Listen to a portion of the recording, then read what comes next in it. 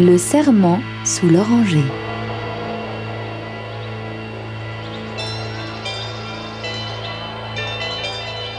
Au temps de l'ancienne Chine, immense était le pouvoir des mandarins et immense leur fortune.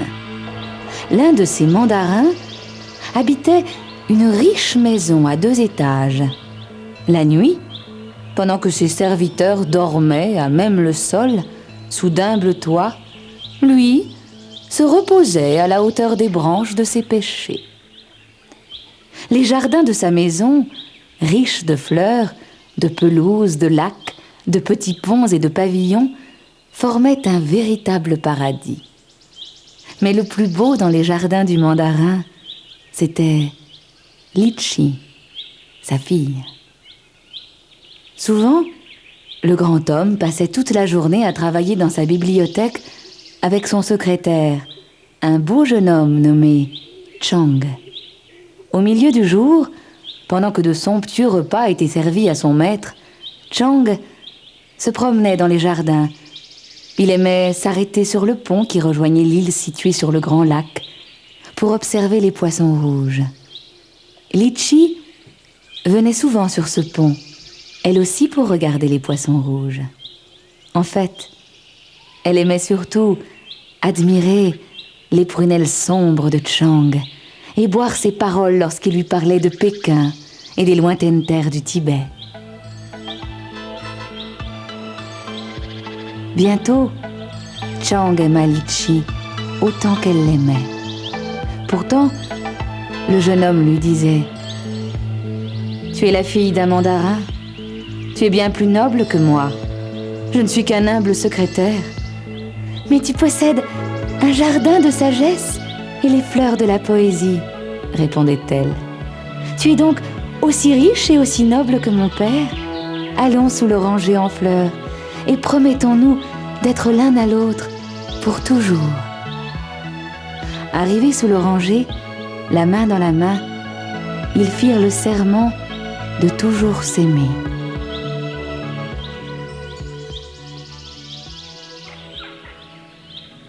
Mais de sa fenêtre, le mandarin les vit. « Va-t'en, Chang !»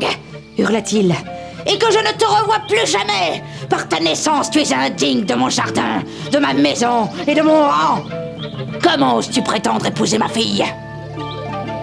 Ainsi, à l'époque où le saule pleureur commence à perdre ses feuilles dans le miroir du lac, Chang fut banni et les larmes de Li-Chi s'écoulèrent.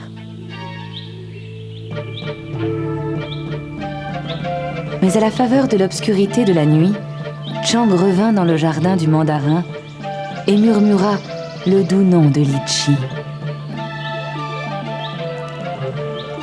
Viens avec moi dans mon pays !» murmura-t-il. « Fuyons plus loin que Pékin, sur les collines de Li !» Li-Chi descendit jusqu'à Chang en se tenant aux branches de l'oranger. « Cachons-nous dans la cabane du jardinier, sur l'île au milieu du lac !» dit la jeune fille. « Jamais mon père n'ira nous chercher là, et la nuit prochaine, quand les recherches cesseront, nous nous enfuirons. » Chang et Li-Chi traversèrent le pont qu'ils aimaient tant, la main dans la main, et se cachèrent dans la cabane du jardinier. Des vers à soie y luisaient, des limaces humides y logeaient, des souris y couraient, et des araignées y tissaient leurs toiles. Durant toute la journée du lendemain, ils entendirent qu'on les cherchait. Les serviteurs du mandarin fouillèrent le palais de fond en comble, remuèrent tous les pavillons et soulevèrent les branches des buissons en fleurs. Ils secouèrent même le saule pleureur qui perdit ses dernières feuilles. Le mandarin parcourait les allées du jardin, jurant qu'il se vengerait de Chang. Blottis sur leur île, dans la cabane du jardinier, Li-Chi et Chang s'embrassaient et préparaient leur fuite.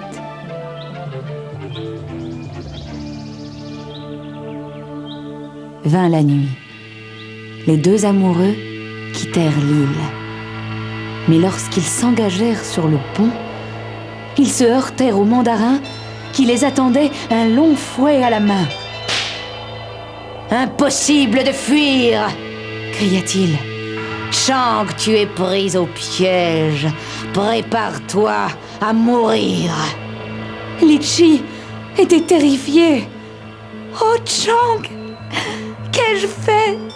Pour sortir de l'île, il n'y a pas d'autre issue que ce pont. Le mandarin approchait, faisant claquer son fouet. Il voulait battre Chang à mort. Sautons, Chang! Cria Litchi. Plongeons dans l'eau. Puisque nous ne pouvons vivre ensemble, rejoignons-nous dans la mort. Et sans attendre, la main dans la main, ils s'élancèrent tous deux dans les eaux du lac.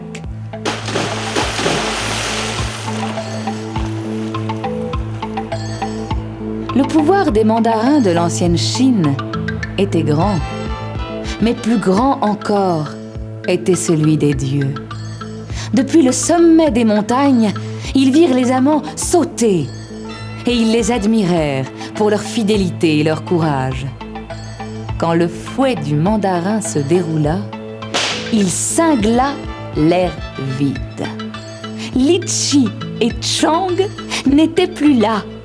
Les bras blancs de la jeune fille s'étaient transformés en plumes ravissantes et la bouche du jeune homme en un petit bec.